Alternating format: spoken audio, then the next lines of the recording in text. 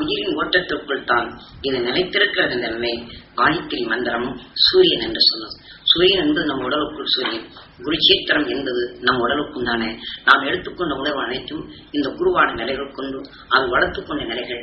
நாம் எதை எடுக்கின்றோமோ அந்த நிலைக்கொப்ப ஞானத்தை உருவாக்கி அவன் உபதேசிக்கும் உணர்வின் நிலைகள் தான் குருவுடன் அணுகி நம்மளுக்கு எப்போது துன்பம் வருகின்றதோ அவனை நினைக்கும் போது அந்த ஆற்றல் மிக்க சக்தியை நமக்குள் உறுதுணை செய்கின்றான். இதான் கீதா உபதேசத்தை நிலையில் கொண்டு அன்று கண்ணன் சொன்னது. என்று நாம் கண்ணிலே பார்க்கப்படும் போது பிறர் செய்யும் தவறே அங்கே நாம் உணர்கின்றது. அந்த உணர்ச்சின் நிலைகள் கொண்டு அவன் நிலைகளிலே என்னை இயக்குகின்றது. அவை என் நிலையை நான் காக்க வேண்டும் என்றால் அவருடைய உணர்வுகள் என் உடலுக்குள் சென்று தீய விளைவுகள் உருவாகாதபடி தடைப்படுத்த வேண்டும். இந்த தடைப்படுத்தும் நிலைகளுக்குத்தான் அந்த கீதா உபதேசத்தை அன்று காட்டினோம். காரணம் ஓம் என்ற உணர்வு உணர்ச்சி நிலை ஓங்காரமாக வானை நோக்கி ஊறுகின்றான். ஆக இந்த உடலுக்குள் இருக்கக்கூடிய பல எண்ணறைகளை அடக்கி அந்த ஓம் என்ற நாதத்தை உயிருடன் சூரியயை ஏற்றி இந்த உணர்வு எனந்தான் கண்ணன். இங்கே இவர்களை பார்க்கும்போது இந்த நிலை ஆகின்றது. இந்த உடலுக்கு குருவான உணர்வின் தன்மை கொண்டு அங்கே ஏகி அந்த ஓம் என்ற உணர்வின் தன்மை ஓங்காரத்தை செலுத்தி மனித உடலுக்குள் சிற்றறையை அமைச்சு இந்த உணர்வின் எண்ணத்தை ஓங்கி செலுத்தி மெய் உணர்வை ஊற்றி அந்த மகிழ்ச்சியின் அருளை நான் பெற வேண்டும் என்று விண்ணை நோக்கி ஏகி அந்த மகிழ்ச்சியின் அரசத்தை நான் பெற வேண்டும் என்ற இந்த உணர்வின் தன்மையை அந்த மெய்வொழியை தனக்குள் சேர்த்து இந்த உணர்வின் தன்மை கொண்டு எங்கே என்னை தாக்க வேண்டும் என்று எண்ணினார்களோ அந்த எண்ணத்தை அங்கேயே வீழ்த்த வேண்டும். இந்த அம்பு கொண்டு அல்ல, இவன் புறத்தால காட்டும் இந்த அன்பை எய்து அவன் உடலை வீழ்த்துவது அல்ல. அந்த உடலை வீழ்த்த வேண்டும் அந்த உடலுக்குள் நின்று இந்த உணவை இயக்கியதை அந்த உணவின் நிறைய ஆற்றல் மிக்க நிலையை அங்கே வீழ்த்தி அவனை நல்லவனாக்க வேண்டும். இந்த குரு எனக்கு உபதேசித்தார். குருவை எதிரியின் பக்கம் இருந்து அந்த விஷயத்தின் தன்மை சிக்கிய பின் ஆனால் குருவாவை கட்டப்பட்ட அந்த மெய் உணர்வு சக்தியை எப்படி நீக்குவது? ஆக குருக்குள் தன்னை அறியாது வந்தாலும் அந்த குருவின் நிலையை அவர் அறியாது எனத்தான் அந்த பாசத்தின் வரைவில் கொண்டு நாம் சுற்றும் போது குரு என்ற நிலை மரியாதை, இங்கே சகோதரன் என்ற மரியாதை. ஆனால் அவர் செய்வது தவறு. ஆனால் எனக்குள் இருக்கக்கூடிய வலிமை கொண்டு அவரை வீழ்த்திவிட்டால் நான் யாருக்காக இங்கு வாழ்கிறேன் என்ற இந்த உணர்வின் சோகங்கள் இங்கே தூண்டும் போது ஆக தீயதை நான் வளர்விடும் நிலையும் அது நல்லதை காக்கும் திறன் நிற்கின்றது. மனித வாழ்க்கையை எடுத்துக்கொண்ட இந்த பாசத்தின் எல்லை கடந்து செல்லும் போது அது நம்மால் வீழ்த்தும் நிலை அது பலன் இழந்து நம்மையே வீழ்த்தி விடுகின்றது. இத்தகைய நிலையை தான் அர்ஜுனன் என்பது சகல வன்மை கொண்ட இந்த உணவின் நிலையை கொண்டு தான் உயிரான நிலைகள் கீதா உபதேசிக்கும் போது நீ எங்கே எடுத்தாலும் என்னிடம் தான் நீ வருகின்றான். ஆக எதை நினைத்தாலும் அந்த கண்ணின் வழிகொண்டு தான் அறிய முடியும். நீ எதை செய்தாலும் அதன் உணர்வு உண்டான் இந்த உடலை விளைகின்றது. நீ எதை நினைக்கின்றாய் அறிவின் நிலைகள் யார் எதை செய்தாலும் என்னிடமே வந்து சேர எண்ணின் நிலையை அறிவர் என்ற இந்த கண்ணின் உபதேசம் கண்ணனுடைய நிலைகள் கொண்டு ஆக நினைவுகள் என்ன ஆகின்றது? அந்த கண்ணன் கண்ணியத்திலேயார் அவர் அறியாத நிலைகள் அங்கே எழுகின்றது. ஆகவே நெய்வெளியின் தடவை அவர் எடுக்கும் உணர்ச்சியில் இந்த உடலை ஆட்சி படைக்காதபடி இந்த கண்ணின் நிலையை அவருடன் ஒன்றி கண்ணா என்று நாம் எண்ணும் போது இந்த கண்ணின் நிலைகள் உயிருடன் எண்ணி நாம் நிலையை இங்கே செலுத்தி நமக்குள் ஊற்றிக் கொண்டிருக்கும் குருவான உயிருடன் அங்கே வேண்டுவது அந்த குருச்சேத்திரப்படுங்கள். ஆக அங்கு அவர்கள் எண்ணும் இந்த உணர்வு நாம் சுவாசித்து உயிரான குருவுடன் பட்டுதான் அதை நான் அறிய முடிகின்றது. ஆக அவருடைய உணவின் தன்னை இங்கே செல்லாதபடி ஈஸ்வரா இந்த உணவின் தன்னை குருவை ஏங்கி அந்த மெய்வொழியை பெற வேண்டும் என்ற ஆற்றல் மிக்க சக்தி கூட்டும் போது அந்த உணவின் தன்மைதான் எனக்குள் ஒரு கூட்டி என் நினைவின் எண் அலைகளை அவர் எண் அலைகளை அவருடைய கண்ணின் உணவின் அலையும் அது இயக்கத்தின் தொடரும் உடலுடன் உணர்வு கொண்டு நாம் உணர்வாக தோன்றிய ஏங்கிய நிலையை கொண்டு பார்க்க வேண்டும் என்ற எண்ணத்தை கண்ணில்லாத போது பார்க்க வேண்டும் உணர்ச்சி உண்டி அந்த உணவின் நிலையில் கொண்டு இந்த உடலுக்குள் கண்ணில்லாத பொழுதுக்குள் தொடர்ந்து விளைந்ததால் ஒவ்வொன்றும் காக்கும் உணர்வு கொண்டு தான் சுவாசித்த உணர்வு கொண்டு அனைத்தும் அறிந்துணர்ந்து செயல்படும் ஆற்றல் மிக்க எண்ணலைகளாக மனிதர்களாக நாம் பிறந்த நாம் எவ்வாறு இருக்க வேண்டும் என்ற நிலையை அன்று உணர்த்தினார். அதனாலே இதையெல்லாம் நாம் மனித வாழ்க்கையிலே எல்லாவற்றையும் இன்று சூரியன் எப்படி மற்ற கோள்குண்டிய நிலைகளை அது மாற்றுகின்றதோ இதை போன்றுதான் நாம் இங்கே இருக்கக்கூடிய நினைவுகளை எண்ணும் போது இந்த பிரம்மம் என்ற நிலையை காயத்ரி என்ற நிலையும் நமக்குள் நாம் எதை காயத்ரியாக்க உண்மையாக ஆக்க வேண்டும். ஆக நாம் இந்த பூமியிலிருந்து இந்த உணர்வு அனைத்தும் விடுபட்டு உணர்வு ஒளி சரீரமாக சென்றவர்கள் அவர்கள் பேச்சும் மூச்சும் இந்த சூரியன் காந்தலைகளாக கவர்ந்து நமது பூமியிலே சுழன்று கொண்டுதான் இருக்கின்றது. அதை கவரும் ஆற்றல் சாதாரண மனிதனுக்கு இல்லை. ஆனால் அதை கவர வேண்டும் என்றால் அந்த ஞானிகள் காட்டிய அந்த அருள் வழிப்படி அந்த உணர்வை சிறிதளவாது ஏற்று அந்த உணர்வின் தன்மை வளர்த்து அந்த ஆற்றல் மிக்க சக்தி தான் பெற்று தன் உணர்வுடன் கலந்து அதை வெளியே செய்து வாக்கின் உணர்வாக அங்கு பதிய செய்து அந்த உணர்வின் நிலையை தூண்டச் செய்து அதற்கு அந்த காந்த புலன் நிலையை கூட்டி அதன் வலுவை கூட்டி அந்த கூட்டிய பின் தான் அந்த ஞானியின் அருளை நாம் கவரும் சக்தி சாதாரண மனிதனுக்கு. ஏனென்றால் சிறிகனின் நிலையை தான் எதனுடைய நிலைகள் வற்றிருக்கின்றோம் அதற்கு தகுந்த காந்த சக்தியினுடைய தொடர்பு கொண்டுதான் வலிமையின் ஆற்றல் பெறுகின்றது. நாம் சாதாரண மனிதர்கள் நாம் மற்றவர்களுக்கு கூடி பேசி உணரும் போது என்னை ஒருவர் திட்டிருப்பார், அதை நினைப்பூட்டணும் ஆத்திரம் வருகின்றது. எனக்கு தொல்லை கொடுத்திருப்பார், அதை எண்ணி உடனே வேதனை வருகின்றது. இதை போன்று நாம் ஒவ்வொருடன் பதிவு செய்த இந்த எண்ண செல்களை நாம் நினைப்படுத்தும் போது அந்த உணர்வு நாம் சுவாசிக்கப்பட்டு நாம் வயிறு அந்த ஆகாரம் செய்து சாப்பிட்டிருந்தாலும் வேதனைப்பட்ட உணர்வு நாம் சுவாசிக்கும் போது நாம் சாப்பிட்டு எவ்வளவு உடல் உழைத்து உடல் தேர வேண்டும் என்று நாம் உட்கொண்டிருந்தாலும் வேதனையான உணர்வு நாம் சுவாசிக்கும் போது உணவின் நினை அறைகள் நாம் சுவாசித்த உணர்வுகள் அந்த விஷயத்தின் தன்மை வடித்து நம் ஆகாரத்துடன் கலக்கப்படும் போது அன்றைய தினம் வைத்தவரை நாம் எடுத்துக்கொண்ட உணவின் சக்தி எப்படியும் திறன் இந்த குடலுக்கு செயலிழக்கின்றன.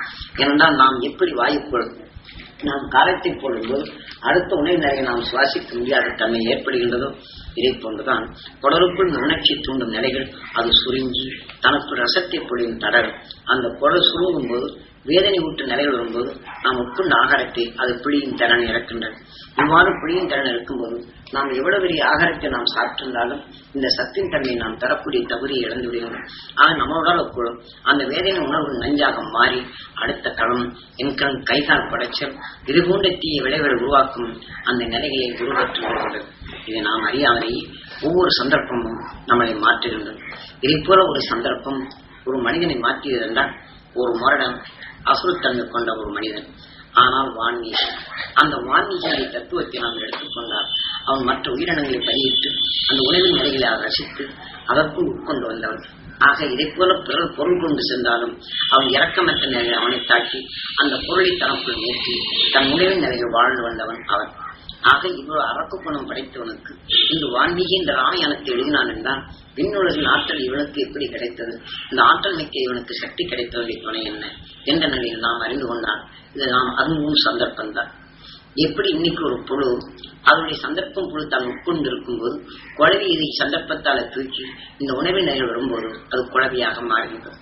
ஆக இந்த உணவின் சக்தி இதை போலதான் ஒவ்வொரு சந்தர்ப்பத்திலையும் இன்று உதாரணமாக ஒரு கண் இல்லாத ஒரு புழுவை ஒரு குருவி அது கொத்தி சாப்பிட்டால், ஆனால் குருவி இந்த ஆகாரத்தை கொத்தி சாப்பிடுகின்றது ஒரு விட்டில் பூச்சி. அந்த விட்டில் பூச்சி இதை பார்த்த உடனே பயந்து ஓடுகின்றது. ஆனால் பயந்து ஓடினாலும் விடாப்புலியாக இது கொத்துகின்றது. கொத்தும் போது தனக்குள் வேதனையாகின்றது. ஆக இதனிடம் விடுபடுவதற்கு இந்த குருவியை தாக்கும் உணர்ச்சிகள் வந்துகின்றது. ஆனால் குருவி தன் பசியின் இயக்கத்தாலே தன் பசி கிடைச்சிருந்த ஆனந்த நிலையில் தனக்குள் வளர்க்கின்றது. இந்த இருநிலை போருக்குள் இந்த உணர்வு நிலைகள் மோதும் போது அதற்குள் இந்த விட்டில் பூச்சியின் உயிராத்மா அது பெறுகின்றது. ஆனால் அதே சமயம் உடலுடன் உள்ள குருவியின் நிலைகள் அந்த உணர்வுக்குள் இந்த உயிராத்மாவை கவர்ந்து கொள்கின்றது. ஆனால் விட்டியின் உயிராத்மா இது தான் வளர வேண்டும் என்ற உணர்ச்சியுடன் கலந்து இது உடலுடன் ஐக்கியமாகி இது வளர்த்துக் கொண்ட சத்தை இந்த உயிராத்மா தனக்குள் வளர்த்து இந்த குருவியின் உடல் பெறும் உணவின் பொறிகளை இந்த உயிராத்மாக்குள் வளரச் செய்ய தொடர்ந்து விடுகின்றது. ஆனாலும் இந்த வெற்றிப் பூச்சியின் சத்து இதன் உணவுக்குள் சேர்த்து இது ஆகாரமாக மாற்றி இதனின் தன்மை கொண்டு இதற்குள் விளைகின்றது. இதை போன்றுதான் இதை போல தன் விளைவின் தன்மை விளைகின்றது. ஒரு தவளை மற்ற வண்டுகளை விழுங்குகின்றது. ஆனால் வண்டுகளுக்கு சிறகுகள் உண்டு. இதன் வாயிலே சிக்கும் போது இது தப்பிக்கும் நிலையில் வருகின்றது. ஆனால் தப்பித்து சென்றால் இந்த வேதனை கொண்ட நிலைகள் ஒரு வண்டு தப்பி சென்று விட்டால் இந்த வேதனையான உணர்வுகள் இதற்குள் சுவாசித்து இந்த உணவின் தன்மை கொண்டு இது தாக்கி செல்லும் இந்த உணர்வின் வேகங்கள் கூடி இந்த உணவின் நிலையில் கொண்டு அந்த வண்டின் உயிராத்மாவுக்கு விளைந்து அந்த வேதனை கொண்ட விஷயத்தின் தன்மை அதிகமாக சுரக்கப்பட்டு அது உயிராத்மாவில் சேர்ந்து அடுத்து தன்னை தற்காத்துக் கொள்ளும் தேளாக அதனுடைய ரூபம் தரும். ஆனால் அதே சமயம் இதே வண்டு இந்த தவளையின் வாயிலே சிக்கும் போது இது சிறகுகள் எப்படி மறைச்சிருக்கின்றதோ இதே போல உணர்வின் பொறிகள் இதற்குள் தசைக்குள் சேர்கின்றது. ஆனால் வண்டின் உயிராத்மா அந்த தவளையின் ஈர்ப்புக்குள் செல்லுகின்றது. ஆனால் இதை எப்படி முதல்ல சொல்லணும், இதே மாதிரி அதனுடைய உணர்வை தனக்குள் எடுத்துவோம் அதனுடைய சத்தை எடுத்து தவளையாக பிறக்கின்றது. இப்படி பல தவளைகளை விழுங்க எண்ணிய பாம்போ தன் விஷத்தின் தன்மையை அது கொட்டி இதை பலவீனப்படுத்தி இதனுடைய உயிரணுக்குள் விஷத்தின் தன்மை தான் கடந்து தனது ஆகாரமாக சேர்த்து அந்த உணவின் தன்மையை தன் உடலாக மாற்றிக் கொள்கின்றது. தவளையின் திசைகள் அது எத்தனை தவளையுடைய நிலைகள் எத்தனை விதமான வண்டுகளை சுவைத்ததோ இதற்குள் சேர்த்துக் கொண்ட அதனுடைய உயிராத்மாக்கள் அதனுடைய உணவுடைய நிலைகள் கலந்து இதனுடைய திசைகளுக்குள் சேர்கின்றது. ஆனால் தவளையினுடைய உயிராத்மா பாம்பாக பிறக்கின்றது. பாம்புக்குள் சென்ற இந்த தவளையின் தசைகள் இது சிறையும் அளித்த செல்களாக அது வளைத்துக் கொண்ட இந்த நிலைகள் இந்த பாம்பு இறந்த கண் பாம்பின் நிலைகள் சென்று பெரும் பருந்தாக சேருகின்றது.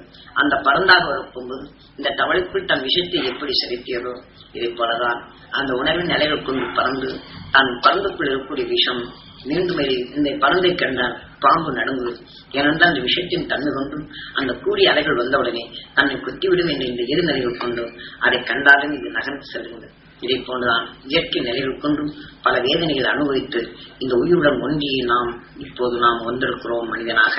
இந்த நிலையத்தான் ஒவ்வொரு நிலையிலும் நாம் எத்தனையோ போர் முறைகளை நாம் செய்து அதான் மகாபாரதத்திலே வியூகத்தின் தத்துவத்தை நமக்குள் அமைத்து அந்த ஒவ்வொரு உடலுக்குள் ஒன்றுக்குள் ஒன்று இப்போ புலி மானை தாக்குது என்றால் அந்த மானின் தத்துவம் அது சாந்தமானது, புலியின் வேகமோ கடினமானது.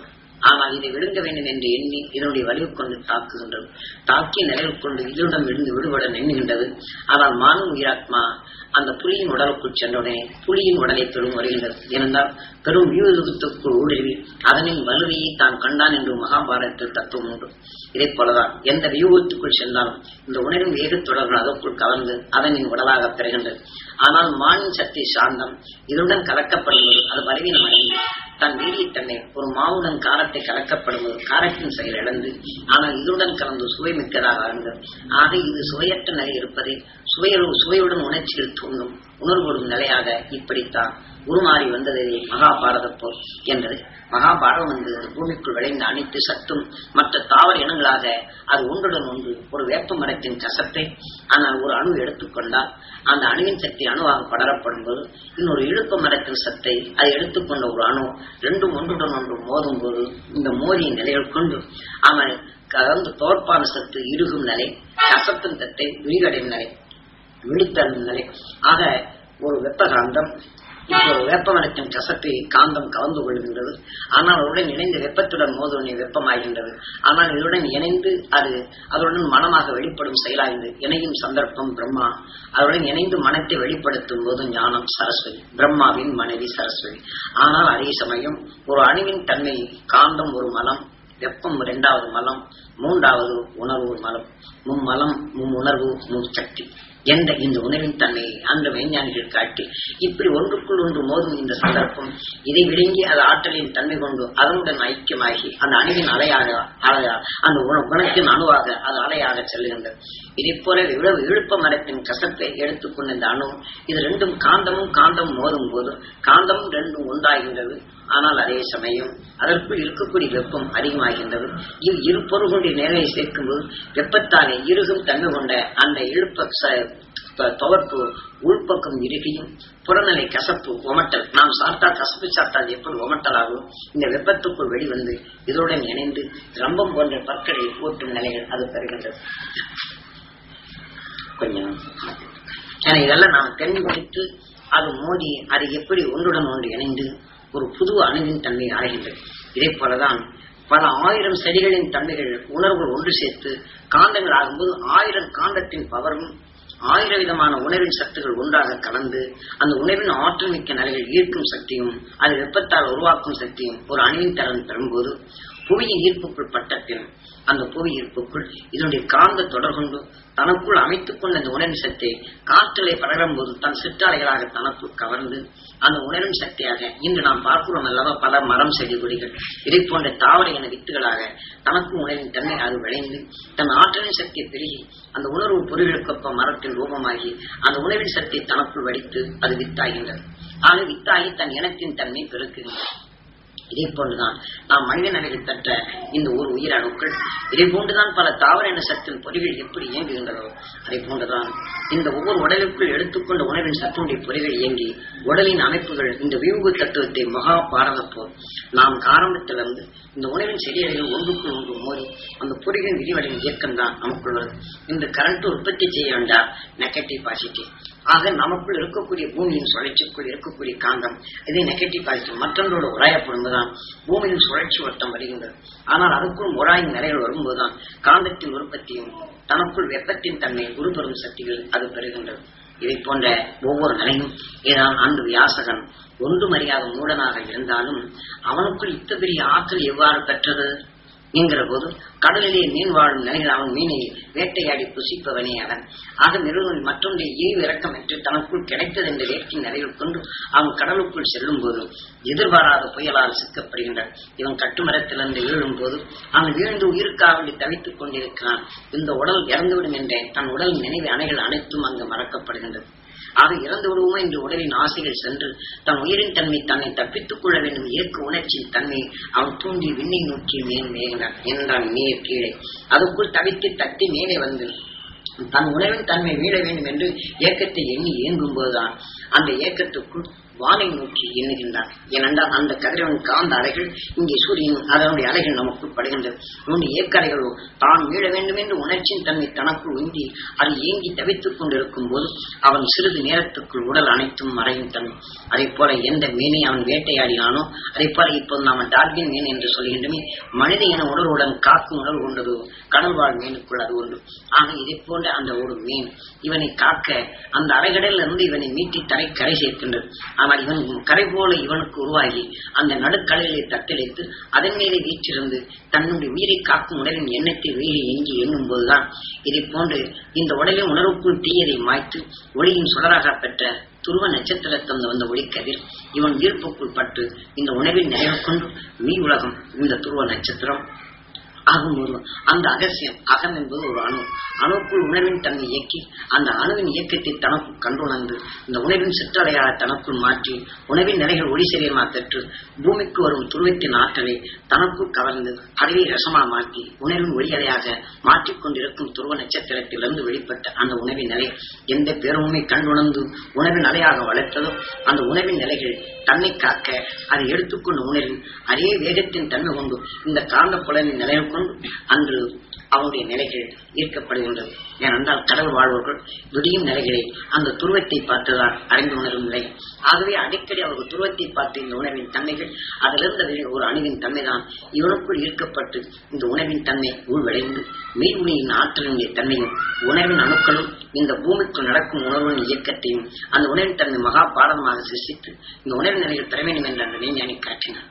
ஆக இதை போல அவன் உடலுக்குள் விளைந்ததான் மகா பாரதம் என்பது இந்த பூமிக்குள் விளைந்தது ஒன்றொன்றும் போர் முறைகள் ஒன்றுக்குள் ஒன்றை கவர்ந்து ஒன்றின் தன்மை எவ்வாறு வளர்ந்தது என்ற நிலை அதற்குள் மோதும் இயக்கத்தாலே இயங்கி பார்க்க வேண்டும் உணர்ச்சி நிலைகளை கண்ணை மையமாக வைத்து இந்த நினைவுகூர்ந்து பார்க்கும் ஒவ்வொரு பொருளும் மற்றவருடன் இணைத்து உணவின் பிணைப்பாக தன் ஞானத்தின் தன்மை கொண்டு காக்கும் நிலைகள் கொண்டு கண்ணன் கீதா உபதேசம் சொன்னான் என்று கீதை கண்ணின் நடுநிலைமை வைத்து ஒன்றொன்றை பார்த்து ஒன்றுடன் கலந்து ஒன்றின் போர்மொழியை காட்டி ஒன்றுக்குள் ஒன்று வளர்த்தும் ஒன்றுக்குள் ஒன்றும் தனக்குள் நினைப்பட்ட அந்த நிலையைத்தான் அந்த மகாபா கீதையின் தத்துவத்தை அன்று வியாசகர் ஒன்றும் அறியாத அவர் உடலுக்குள் இருந்து இத்தகைய தன்னை அவர் உணர்த்தினார்.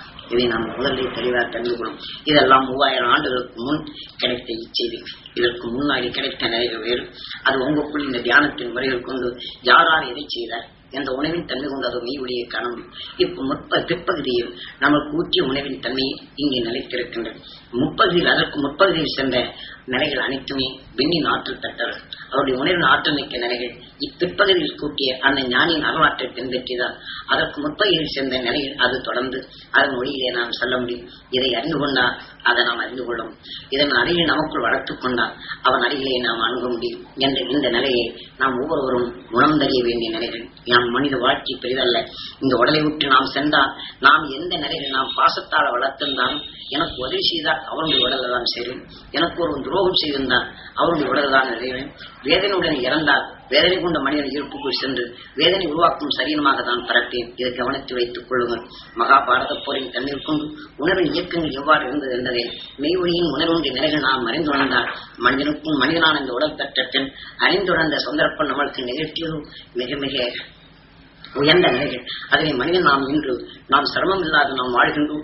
எப்படியும் சிரமத்தை சமாளிக்கும் பொருளாதாரம் உண்டு, நல்ல உடலும் உண்டு என்ற இந்த நிலைகளிலேயே மெஞ்ஞானியின் அருளாற்றலை பெற்று இன்று விஞ்ஞான உலகத்தின் விஷயத்தில் நஞ்சித்தல் நச்சுத்தன்மையான நிலைகளிலிருந்து நம்மை விடுபட்டு மெய்வுணவின் தன்மையை அடுத்த அழிவா சரீரம் மனிதன் பிறந்த பின் சூரியன் எப்படி கோள்களாக இருந்தாலும் மற்ற சூழல் வட்டத்தில் சிக்கிய பின் கோள்கள் ஆவியாக மாறிவிடும். ஆனால் சூரியான பின் இந்த உணவின் தன்மை மற்றதை ஆவியாக மாற்றி தன் உணவின் தன்மை சுழலாக மாற்றுவது போல இந்த பிரபஞ்சத்துக்குள் இருப்பது போல இந்த உடலின் தன்மை நாம் உயிரான நிலையை கொண்டு நாம் உடலை விட்டு சென்ற பின் 10வது நிலை, சூரியனோ 9வது நிலை, நாம் மனிதனாக இருக்கக்கூடிய நாம் 10வது நிலை அடைந்து நாம் உணவின் தன்மையை நாம் இன்னொரு உடலின் தன்மை நாம் ஈர்க்காதெல்லாம் அதை மாய்த்துவிட்டு அதிலிருந்து வரக்கூடிய விஷயத்தின் தன்மை என்றால் அதன் வீரியத்தை தாழ்த்திவிட்டு தனக்குள் எடுத்துக்கொண்ட உணவின் தன்மையை அது ஒளியாக மாற்ற வேண்டும். நெருப்புக்குள் ஒரு பொருளை போட்டால் அவனுடைய வீரியத்தை இழக்கச் செய்து தன் ஒளியின் சுடராக அது வளர்வது போல நமக்குள் இத்தகைய தீமையுடைய நிலைகள் வந்தாலும் அது ஒளியின் சுடராக வாழ்ந்து ஒளியாக நாம் இந்த உடலிலே எப்படி மகிழ்ச்சியுடன் இருக்கின்றோமோ தமது பாதுகாப்பான நிலையை ஒளி சுடராக நமக்குள் என்றென்றும் இந்த கூட்டுக்குள் நின்று இந்த உடலுக்குள் நின்று மகிழ்வது போல அந்த மகிழ்ச்சி தன்மை பெறும் தகுதியை மகாபாரதத்தின் யூக தத்துவமும் அந்த உணர்வின் ஞானிகள் காட்டிய அந்த அருள் வழிப்படி அவர் உடலில் விளைவித்த இந்த நிலை அந்த தனது சந்தர்ப்பம் அந்த வியாசனால் எடுக்கப்பட்ட அவன் ஏங்கி நிலைகள் விண்ணை நோக்கி ஏகியதும் அந்த ஏகிய உணர்வுக்குள் காந்த புலன் ஆற்றல் பெறுவதும் அவனுடைய சந்தர்ப்பம் அவன் மரண போராட்டத்தில் வரும்போது அவன் உடலுக்குள் இருந்த இருமுடைய சூழ்ந்த நிலைகள் அனைத்தும் இழந்துவிட்டு தன்னை காக்க வேண்டும் உணர்வின் தன்மை ஓங்கி செலுத்தும் இந்த உணர்வுடன் காக்கும் உணர்வான அந்த மீனின் உணர்ச்சியாக தட்டி நிற்கும் போதுதான் இந்த இயக்க உணர்வின் ஆற்றல் நிற்கிற நிலைகள் அந்த துருவ நட்சத்திரத்தின் ஆற்றலை தர முடியும். அந்த ஆற்றல் தான் நாரதன் கலகப்பிரியன் என்று சொல்லும். என்ன ரிஷியின் மகன் நாரதன். ஆக மனித உடலுக்குள் 6வது அறிவை 7வதாக சிருஷ்டித்து ஒளியின் தன்மை 8ஆக மாற்றி 8இன் தன்மை 9ஆக மாற்றி உடலை விட்டு சென்ற பின் தீயதை தன்னை அணுகாதபடி 10வது ஒளியின் சரீரமாக பெற்று லிங்கின் சக்கரம் 10வது. ஆக வெளியிலே வரும் மற்ற கோள்களின் ஆக்கிரமிப்பை இந்த 8இன் தன்மை வீழ்த்தி இதான் 18வது நாள் போர் என்று மகாபாரத்தின் தத்துவத்தை காட்டப்பட்டது. ஆக 8 16 உடலுக்குள் 8 அந்த தீயதை ஒளியாக மாற்றி ஆனால் உடலை விட்டு சென்ற பின் 8 கோடி நாட்டம் மிக்க உணவின் தன்மை மாய்த்து இந்த 8 8 16 ஆக 8 16 என்ற ஒளியின் சுடராக இன்று சென்றார்கள் என்ற நிலையில்தான் ரிஷி தத்துவம். இதையெல்லாம் நாம் கண்கள் எல்லாம் காட்டுவார்கள். சாஸ்திரங்களை சுட்டி காட்டப்பட்டிருக்கின்றது. எல்லா நிலைகள் நாம் கண்டிருந்தாலும் அதை நாம் உணர்வார் யாரும் இல்லை. ஆக அந்த உணர்த்தை நாம் இதை பேசவில்லை, நான் பேசிட்டேன் என்று நீங்க தப்பு கணக்கு போட வேண்டாம். எனது குருநாதர் காட்டிய அறுவழிப்படி எந்த மெய்ஞானின் அறுவழியிலே சென்றோமோ அந்த அறுவழியிலே பேசும்போதுதான் அதன் வழித்துறையை உங்களுக்குள் உணர்த்தல்கின்றது. உங்களுக்கு பேசும் இந்த நிலைகளும் எனக்குள் அந்த ஆற்றல் தருகின்றது. இந்த ஆற்றலின் நிலைகள் உங்களுக்குள் பதிவாகின்றது. இதை நினைவுகொண்டு இது தர வேண்டும் என்ற ஊக்கத்தை உங்களுக்குள் கூட்டிக் கொண்டார். எப்படி அந்த வியாசகன் தன் மாயின் நிலைகள் வந்து இந்த உடலை மறந்து மீவொழி பெற வேண்டும் என்று காக்கும் உணவை எடுத்தாலும் எப்போது வாழ்க்கையில் வரப்போகும் கடல் கடந்த இன்னலின் நிலையை மறந்து மெய்வொழியின் தன்மை கொண்டு இந்த உணவை காக்கும் என்ற எண்ணத்தை கொண்டு இந்த உணவின் தன்மையை நீங்க தியானிக்கும் நிலைதான் சூரியனின் காந்த புலன்கள் உங்களுக்குள் ஆற்றல் மிக்க நிலை உங்க காக்கும் உணர்வு கொண்டு என்றும் 16 என்ற நிலை கொண்டு இந்த மனித வாழ்க்கையில் நம்ம இழுசூழ்ந்த நிலையுடைய நிலைகளை இதையும் வீழ்த்தி அறிந்துணர்ந்து செய்யும் மன உடலின் தன்மை கூட்டும் நிலைதான் தியானம். ஆக அன்று அவன் செய்து கொண்டது என்ன? தன் இருளின் நிலைகள் உடல் அழிகின்றது இந்த நிலை உடைய பற்றி எண்ணவில்லை. இது என்னை தன்னை காக்க வேண்டும் என்று உணர்வின் எண்ணி இருக்கும்போது அது காக்கும் உணர்வாக ஒளியும் சுடராக இன்னும் 16 ஒளி சரீரத்தை பெற்றார். இது அவனுடைய சந்தர்ப்பம். இதே போன்றுதான் அங்கு வான்மீகி எடுத்துக்கொண்டாலும் என்ன இதெல்லாம் 3000 ஆண்டுகளுக்குள் நடந்த நிகழ்ச்சி. அவர்கள் உணர்த்திய நிலைகள் தான் அரசர்கள் கைப்பற்றி நம்மை அறியாதபடி அதாவது ராமனை எடுத்துக்கொண்டால் அசுவமேத யாகம் என்ற நிலைகள் கொண்டு பல உணர்வும் உயிரணிகளை பலியிடப்பட்டு ஒவ்வொரு குணத்தின் தன்மை உணர்வு எண்ணங்களை அறியிடப்பட்டு இந்த ராம ஜென்ம பூமி என்று இதை போன்ற ராமாயணத்தின் அன்று வான்மீகி எழுதிய சரித்திரத்தை சாதாரண மனிதனுடைய நிலைகள் கதைகளாக எழுதப்பட்டு ராமனுடைய வலிமை என்ற நிலைகள் கொண்டு பல உயிர்கள் பலியிடப்பட்டு மனித உடலுக்குள் பெருகும் நிலையில் மனிதனொட்டி செல்லும் போது உணர்வின் ஆற்றலை பெற்று தன் அரசாட்சிக்கு மந்திர ஒளிகள் கொண்டு தான் சிருஷ்டித்த நிலைகள் தான் அன்று அசுவமேத யாகம். அதன் பின் வந்த அரசர்கள் அனைத்துமே தன் வெற்றிக்கு அறிகுறி வர வேண்டும் என்றால் இது போன்ற பல உயிர்களை பலியிடப்பட்டு பல உணர்வின் யாகத்தீகளை மூட்டி அதன் வழிகொண்டு தனக்குள் அடிக்கும் உணர்வின் தன்மையை என்ன ஏவலின் தன்மையை தனக்குள் வளர்த்து போர் முறைகளுக்கு பயன்படுத்துகிறார். ராமன் சாந்தமானவன், ராமன் தெய்வமாக்குவன் என்று அவன் சொன்னாலும் அவன் ராவனை பற்றி சொன்ன அந்த வான்மீகின் சரித்திரத்தை அவன் கண்ட உண்மையை திரிவு காட்டி அரசன் தன் சுபோகங்களுக்கு ராமையான காவியத்தை காட்டி அவன் உயர்வான எண்ணங்கள் ஊட்டி அதன் தலைமறைவிலே மக்களை அடிமைப்படுத்தி நம்ம எரியாமல் எழுநிலைகளுக்கு இட்டு சென்ற மதத்தின் அடிப்படை போர் முறைகளை உண்டாக்கி சென்றான். அங்குதான் நின்று ராம ஜென்ம பூமி என்று எடுத்துக்கொண்டாலும் இந்த உணர்வின் நிலையை நீங்க உணர்ந்தால் இந்த மெய் உணர்வை நீங்க அறிந்து கொள்ளலாம்.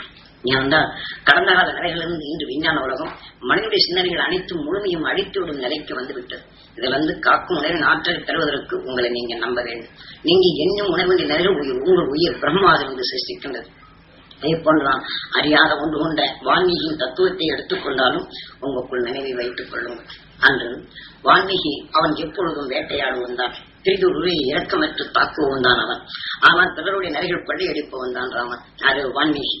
ஆக அவன் வேட்டையாடி அவன் தொழில் நடத்தி வந்தாலும் இரக்கமற்ற உணர்வுகள் தனக்குள் வளர்த்து வந்தாலும் தன் இனமான குழந்தைகளிடம் தன் இணையுடன் பணிந்த குழந்தைகளிடம் பாசத்தை செலுத்தும். அவனிடத்திலும் இந்த பாச உணர்வு உண்டு. இப்படி பணிந்து கொண்ட இந்த உணர்வின் ஆற்றல் மிக்க இச்சக்தியைத்தான் அன்று மெஞ்ஞானிகள் அந்த உணவின் தன்மை அங்கே தன் பாசத்துடன் இருந்த அந்த வான்மீகி அந்த வேடன் வான்மீகி என்று பின்னாடிதான் வந்தது. அந்த வேடனுக்கு தன் குழந்தையுடைய பாசம் வேட்டையாடி வேடையாண்டு வந்த அந்த வேடனுக்கு இவ்வளவு பெரிய ஆற்றல் ராமாயணத்த காவியத்தை எழுதக்கூடிய திறன் எப்படி வந்தது? அதுவும் சந்தர்ப்பம் தான். இப்போ நீங்களும் தன் துன்பத்தின் எல்லை கடந்து இருக்கும்போது துன்பத்தை எப்படி சாமியிட்டு சொல்லியாத ஆசை வாங்கி போகலாம் என்று இதுவும் சந்தர்ப்பம் தான். ஆனால் இந்த சந்தர்ப்பத்தில் மெய்ஞானின் அருளாற்றல் உங்களுக்குள் துணிக்க செய்து மெய்ஞானிகள் எப்படி அந்த துன்பத்தை போக்க அந்த உணர்வின் சந்தர்ப்பம் எடுத்துக்கொண்டு அந்த உணர்வின் எடுத்துக்கொண்டார்களோ இதே போலதான் உங்க துன்பத்தை நீக்க மெய்ஞானிகள் இந்த இருள் நீக்கி எடுத்துக்கொண்ட உணர்வின் ஆற்றல் மிக்க சக்திகள் உங்களுக்குள் வினையை செய்வதற்கு இந்த உபதேச அருளித்துகள் உங்களுக்குள் ஆற்றல் மிக்க நிலைகள் உருவாக்கவும் இது சந்தர்ப்பம். இதுவும் உங்களுக்கு சந்தர்ப்பம் தான். எப்படி சப்தரிஷி மண்டலங்கள் அதாவது துருவ நட்சத்திலிருந்து வரக்கூடிய நிலைகள் இந்த உணர்வின் ஈர்ப்பால் அங்கு கவரப்பட்டு அந்த வியாசனம் தனக்குள் ஆற்றல் பெற்றாலும் இதை போல துன்பத்தை தடுப்பதற்கு நீங்க வரும்போது அந்த மெய்ஞானின் அருள் ஆற்றலின் வித்துகளை உங்களுக்குள் உணர்வாக தூண்டச் செய்து இந்த உணர்வின் அமுது சுருதி உடைய நிலைகள் உமிழ்நீராக சுரக்கச் செய்து இந்த உணர்வு ஆற்றல் மிக்க நிலைகள் உங்களுக்குள் வித்தாக விளையும் ஆற்றலை பெருகச் செய்யும் நிலை. ஆக இதை நீங்க நினைப்படுத்தும் போது உங்க துன்பத்தை தடுக்கும் உணர்வு உங்களுக்குள் இயக்கு மாற்ற தரும் தகுதி நிலைகள். ஆக இந்த சந்தர்ப்பத்தாலே இதுவும் உங்க சந்தர்ப்பம் தான். இங்கு வந்தோர் அனைவருடைய நிலைகள் இதை போன்ற சீரான நிலைகள் தான் இருளின் நிலைகள் நீக்கிவிட்டு மெய் ஒளியை தான் தருவோம். மெய் வழியின் நிகழ்வுக்குள் இருள் மறையும் என்ற உணர்வு ஓங்கி வளர்த்தால் உங்களுக்குள் இருக்கக்கூடிய துன்பங்களும் சங்கடங்களில் நீங்கி உயர்ந்த எண்ணத்தின் ஒளியின் சுழல் உங்களுக்குள் வளர இது வரும். ஆக இந்த உதவ வேண்டும் என்ற நிலைகள் கொண்டுதான் இப்போது நீங்கள் ஆண்டவனை வணங்குவது போல நாம் உங்களை ஆண்டவனாக வணங்கி உங்க உயிரை ஆண்டு கொண்டிருக்கும் ஈசனாக மதித்து நான் எண்ணும் இந்த உணர்வின் சுவாச அலைகள் நீங்க சுவாசிக்கும் போது பேராண்ட திரு அமுதாக அந்த ஈசனுக்கு அந்த அபிஷேகம் நடத்து கொண்டிருக்கின்றேன். ஆக அந்த அபிஷேகத்தின் தன்மை உங்களுக்குள் வீட்டிலிருந்து நல்முணரை ஊட்டும் அந்த நல்ல தெய்வங்களுக்கு அந்த மகிழ்ச்சி ஊட்டும் செய்திகளே அங்கே நடக்கின்றன. அதை அனைத்தும் தாங்கி உடலான நிலைகளுக்கு இது அமுதாக சேர்க்கப்படும்போது அந்த அமுதின் தன்மை சக்தியாக சேர்கின்றது. ஆகவே உங்களுக்கு நான் பிரார்த்தனை நிலைகளும் இன்று நீ ஆலயங்களில் சென்று அபிஷேகம் செய்வது போல உங்க உயிரை ஈசனாக மதித்து அந்த உணவின் ஆற்றமிக்க ஞானியின் அருள் அமுதுகள் உங்களுக்கு தெளிவூற்றும் தெளிவின் உணர்வு சத்தாக எப்படி சந்தனமும் மலரும் அது தன்னுடைய உணர்வின் ஆற்றல் மகிழ்ச்சியூற்றும் நிலைகள் வருகின்றதோ இதை போல மனித உணர்வு நிலையை மகிழ்வூற்றும் உணர்வின் தனக்குள் எடுத்து உணர்ந்து தீயதை நீக்கிவிட்டு மகிழ்ச்சியின் எல்லை கிடந்து தனக்குள் ஒளியின் சுடராக மாற்றிய அந்த மெய்ஞானின் உணர்வு நிலையை உங்களுக்குள் சுவாசிக்க செய்து இந்த சந்தர்ப்பத்தை உங்கள் உடல் உணர்வுக்குள் அதை சேர்க்க செய்து மகிழ்விக்கும் உணர்ச்சி நீங்க பெரும் தகுதிக்கு உங்களுக்குள் ஆராதனை செய்து கொண்டிருக்கிறேன். ஆகவே உங்க ஆண்டவனுக்கு இந்த அபிஷேகம் நடக்க வேண்டும் என்று உங்க உயிரையும் ஆண்டு கொண்டிருக்கும் ஈசனாக நீங்க மதித்து நம்ம யாழும் அவனே, கொடுப்பதை படைப்பதும் அவனே, நம்ம படைத்ததை நமக்குள் செயல்படுத்துவதும் அவனே. ஆக என்று எண்ணி அந்த நெய்மொழியின் சுடரை அவனுக்குள் ஈட்டி அந்த மகிழ்ச்சி உணர்வின் உணர்வாக எனக்குள் வளர வேண்டும் என்று இயற்கையுடன் நீங்க இருக்கும்போது இந்த உணர்வின் ஆற்றமிக்க நிலைகள் உங்களுக்குள் வளரும். ஏனென்றால் நாம் ஒன்றுமில்லாத நாடாக்களை பரிசீலும் அந்த உணவை தைத்து காந்த ஊசிகளை போடும்போது அந்த மகிழ்ச்சியால் நம்மை தலையாட்ட வைக்கின்றது, ரசிக்க செய்கிறது. ஆக இதை கொண்டு ஒன்றுமறியாத மற்ற உயிரினங்களிடம் நாம் அந்த மகிழ்ச்சி உணர்வில் நாம் ஊட்டப்படும் போது அந்த மகிழ்ச்சி நிலைகள் அந்த தயவுசெய்து அவங்களை கொஞ்சம் அந்த குழந்தை எங்க வெளியில கொண்டு வச்சுக்கணும். நம்ம ஞானங்களை கட்டுப்படுத்தும் இல்லாம அது இதை போன்ற நிலைகளை அது உருவரச் செய்கின்றது. இதை போல நாம நாடாக்கள் பேசுவது போல நாம் வளர்க்கும் மரம் செடி கொடிகள் இருந்தாலும் மனிதனுக்குள் வளர்த்துக் கொண்ட இந்த உணர்வின் ஆற்றல் நாம் பேசும் மொழிகளை அதுக்குள் காந்தங்கள் பட்டால் அதனை நாம் எப்படி மகிழ்கின்றோமோ அந்த தாவர இனச்சத்துக்குள் ஊடுருவி அந்த மகிழ்ச்சி உணர்வின் தன்னை தான் சுவாசித்து அந்த உணர்வின் நிலையாக அதுவும் வளரும்.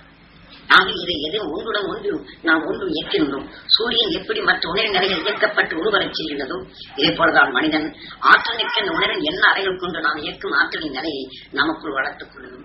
அந்த வளர்த்துக் கொண்ட இந்த நிலையைத்தான் நாம் பெரும் நிலையான நிலையை கொண்டு மனிதனான பின் நாம் பிரம்மாவை சிறப்பிடித்தான். ஆறாவது அறிவின் தன்மையை நாம் நினைத்ததை நாம் சிருஷ்டிக்க முடியும். நீ ஒளியின் தன்மை நமக்குள் ஆற்றல் மிக்க நிலையில் கொண்டு நமக்குள் சிருஷ்டிக்கும் வன்மை கற்றது சரீரம் என்ற நிலையை உங்களுக்குள் மனிதனுடைய தலைவை நாம் திறந்தற்கு நாம் இத்தகைய நிலையும் அனைத்தும் உணரக்கூடிய நிலையில் பெற்றோம் என்ற பெரும் அதாவது பேரானந்த பற்று பேரானந்த நிலை நிலையாக அந்த மெய்ஞானிகள் காட்சி அறுவடை உங்களுக்கும் கிட்ட வேண்டும் என்ற உணர்வின் செயல்களைத்தான் உங்களுக்குள் பதிவு செய்கின்றோம்.